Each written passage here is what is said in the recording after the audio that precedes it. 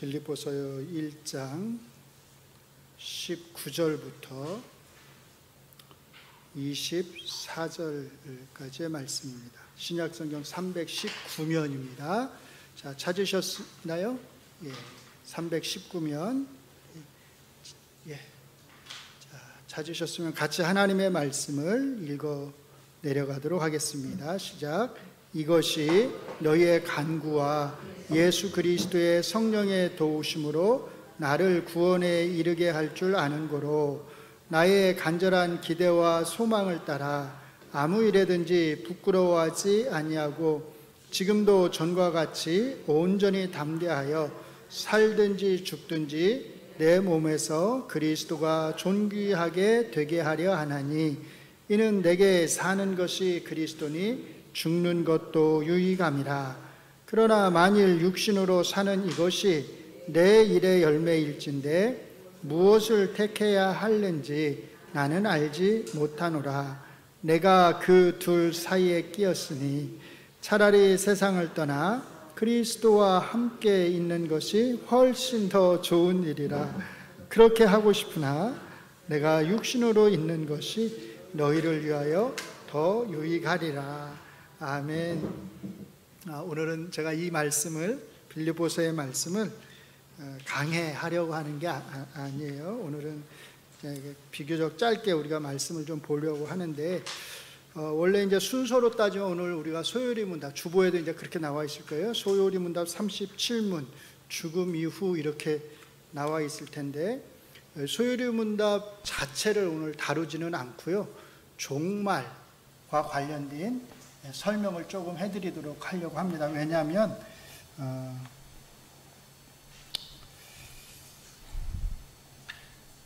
우리가 이제 계속 소요리 문답을 다뤄왔는데, 뭐 요게 이제 설명이 되어 있지만 37문, 38문으로 소요리 문답의 교리적인 부분이 끝나요. 근데 요 37문, 38문 두 개가 뭘 다루느냐면 흔히 종말론이라고 부르는 걸 다룹니다. 종말론. 그래서 종말이라고 하는 의미가 어떻게 성경적으로 사용되고 있는지, 그리고 여기서 종말론이라고 할 때 이 종말의 의미는 어떤 의미로 사용되고 있는지를 오늘은 짤막하게 같이 살펴보도록 할게요. 자, 이거 다 받으셨죠? 받으신 분들은 이거 같이 천천히 조금 읽어내 들어가도록 하겠습니다. 자, 제37문. 다음 주에 이제 구체적으로 다루긴 할 텐데 어떤 내용인지는 우리가 좀 한번 알아두면 좋을 것 같아요. 제가 문을 하고 여러분이 답을 합니다. 신자들은 죽을 때 그리스도로부터 어떤 유익을 얻습니까?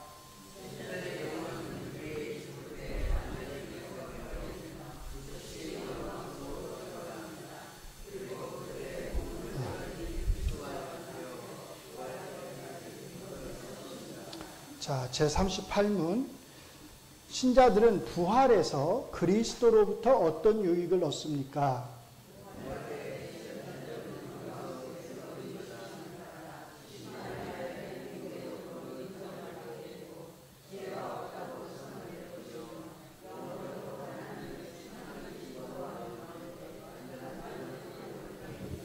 네. 자, 소요리 문답은 모두 107개의 문답으로 되어 있습니다.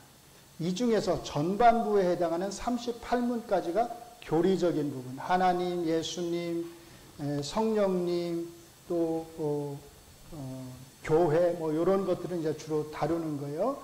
그 다음에 후반부에서는 39문부터죠. 보다 더 실천적인 그리스도인의 삶을 다룹니다.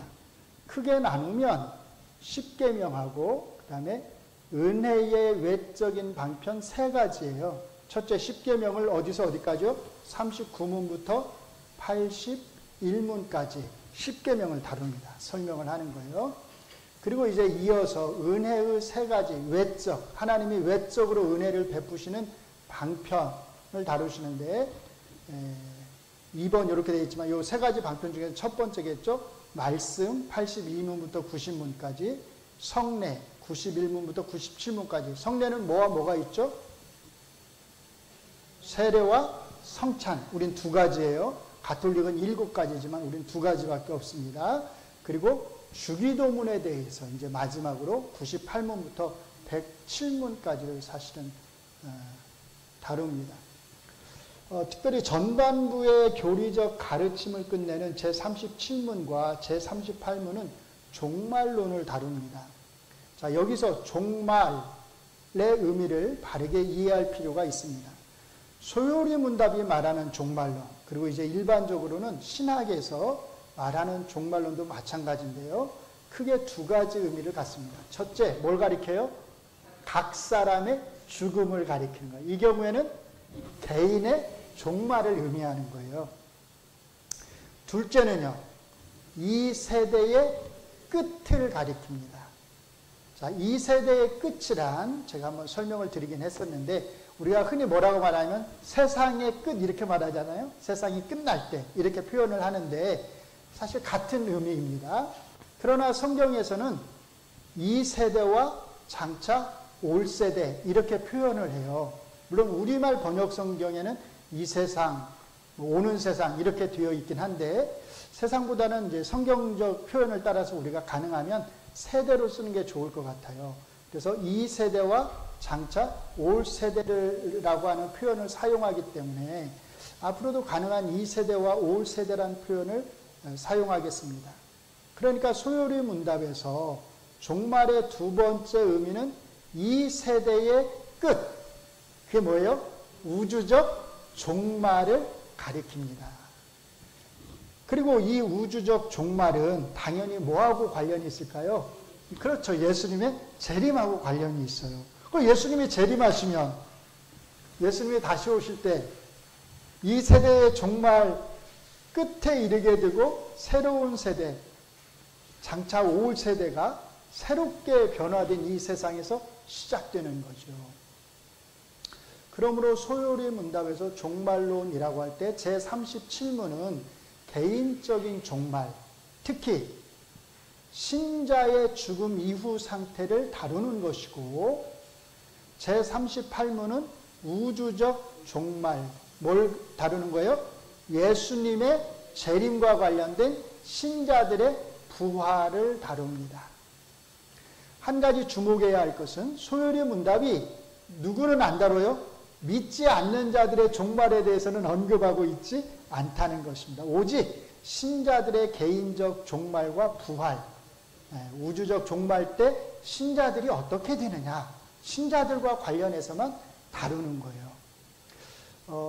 이렇게 하는 이유는 이제 아마도 소요리 문답은 원래 이것을 처음 작성을 할 때 누구를 대상으로 작성됐는지 아시나요?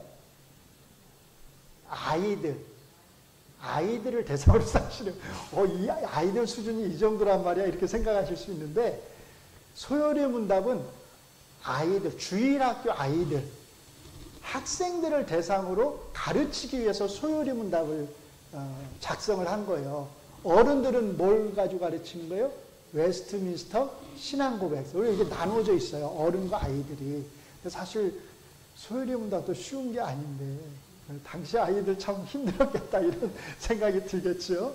자, 그러니까 우리가 그거 생각하면 이거 별거 아니네 이렇게 생각할 수 있습니다. 자, 어쨌든 그러다 보니까 웨스트민스터 신앙고백서에서는 믿지 않는 자들의 운명까지도 다루는데 소요리 문답에서는 신자들로 한정해서 이렇게 짤막하게 다루는 것 같아요. 자, 여기에서 성경적 의미의 종말에 대해 잠시 생각해 보겠습니다. 성경에서 종말 또는 마지막 또 다른 표현이 있기는 해요. 말세라는 표현도 쓰죠. 이런 표현을 쓸 때는 크게 두 가지 의미로 사용합니다. 첫째, 같이 읽습니다. 이 세대의 끝이란 의미로 사용합니다. 어디서요? 요한복음에서요. 요한복음이 그렇습니다. 같이 읽습니다.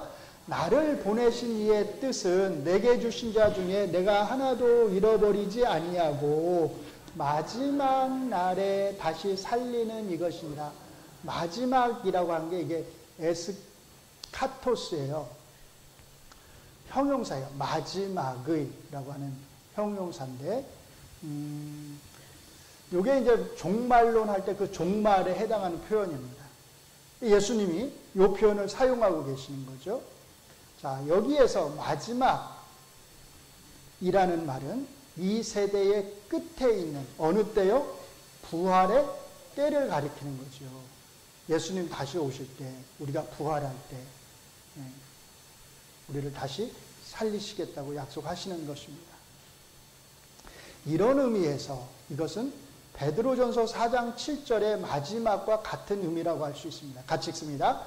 마지막 만물의 마지막이 가까이 왔으니 그러므로 너희는 정신을 차리고 근신하여 기도하라. 근데 여기서 이제 마지막이란 말은 우리말로는 요한복음하고 똑같이 마지막으로 번역이 됐지만 헬라어로는 사실 텔로스입니다.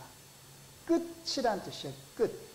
만물의 끝지점이 가까이 왔으니까 정신 차려야 된다. 기도해야 된다. 이렇게 말씀을 하는 거죠. 자, 여기에서 마지막이란 헬라어는 에스카토스가 아닌 텔로스, 끝이란 뜻입니다. 즉 만물의 끝이란 의미로 쓰인 것입니다. 그러므로 요한복음의 에스카토스와 베드로전서의 텔로스가 수가 아니라 쓴데요. 텔로스가 모두 이 세대의 끝 또는 어느 때요? 부활의 때와 관련해서 사용된 것입니다. 그러니까 우주적인 의미의 종말로 사용된 거죠, 사실은. 자, 둘째는요. 예수님의 오심, 부활 이후에 같이 읽습니다.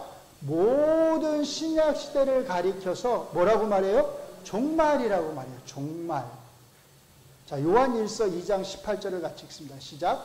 아이들아, 지금은 마지막 때라. 적그리스도가 오리라는 말을 너희가 들은 것과 같이 지금도 많은 적그리스도가 일어났으니 그러므로 우리가 때인 줄 아는. 언제가요?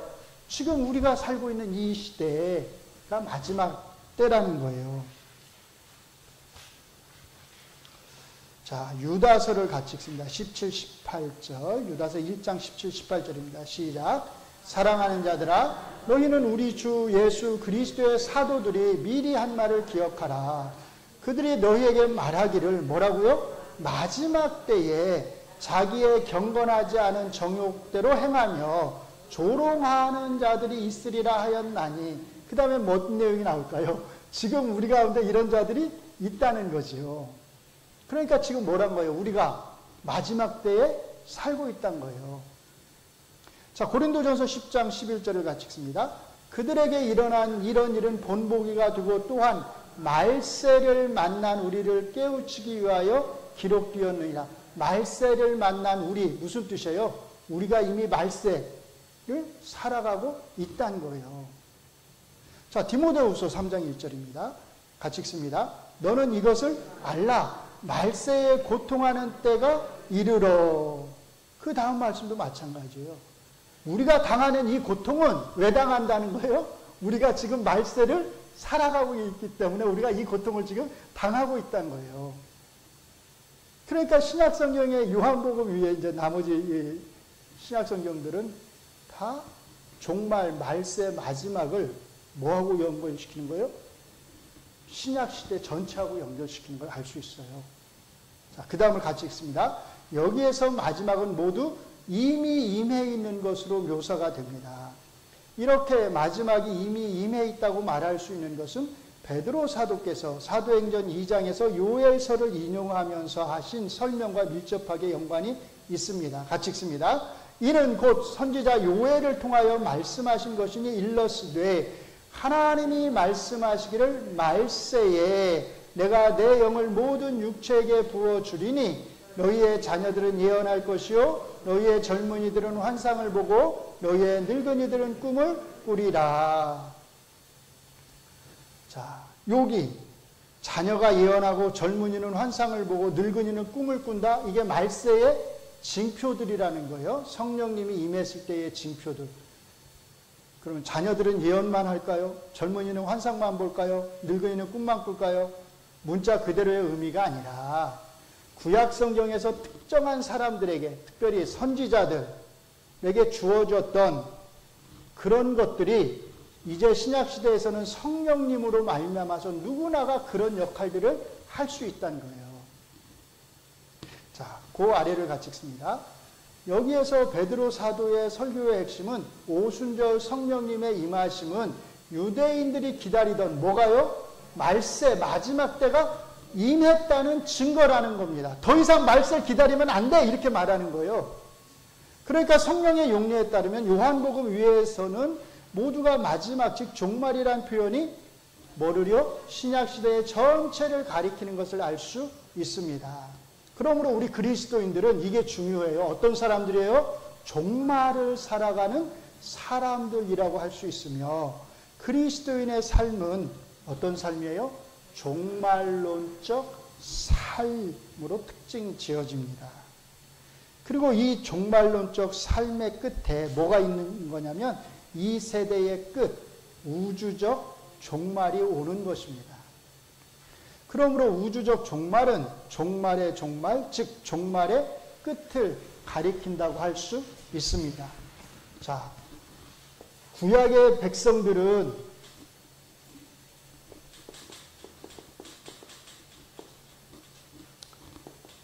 말세, 이 세대의 끝이 오기를 소망했어요. 이 세대의 끝이 오면 천국이, 온전한 천국이 이 땅에 이루어질 거라고 생각을 했다는 거예요. 베드로 사도께서는 이미 이 세대, 구약 백성들이 기다리는 이 세대의 끝, 말세가 왔다. 마지막 때가 왔다. 그 증거가 뭐다? 성령님이다. 이렇게 말씀을 하는 거예요. 근데 문제가 있어요. 구약의 백성들이 기대하던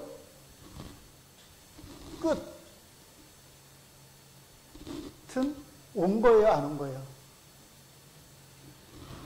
끝은 왔다고 이야기를 하잖아요. 그러니까 끝이 왔어요. 근데 구약 백성들이 생각하던 방식대로는 안 왔어요. 이 사람들은 이 세상의 끝이 단번에 이루어질 거라고 생각을 한 거예요. 근데 성경의 가르침은 이게 단번에 이루어지는 것이 아니라 일정한 기간을 갖는다는 거예요. 이 기간이 뭐예요? 이게 신약 시대라는 거예요. 그러니까 구약의 백성들이 기다리던 시대, 이 세대의 끝은 사실 우리 입장에서 보면 이미 와 있는 거예요, 여기. 이 사람들이 기다리던 천국, 온전한 천국도 사실은 여기 와 있는 거예요, 이미. 그러나 이 사람들이 원하던 온전한 형태는 아닌 거죠. 그러니까 이 신약 시대 전체가 이미 종말의 시대라는 거예요.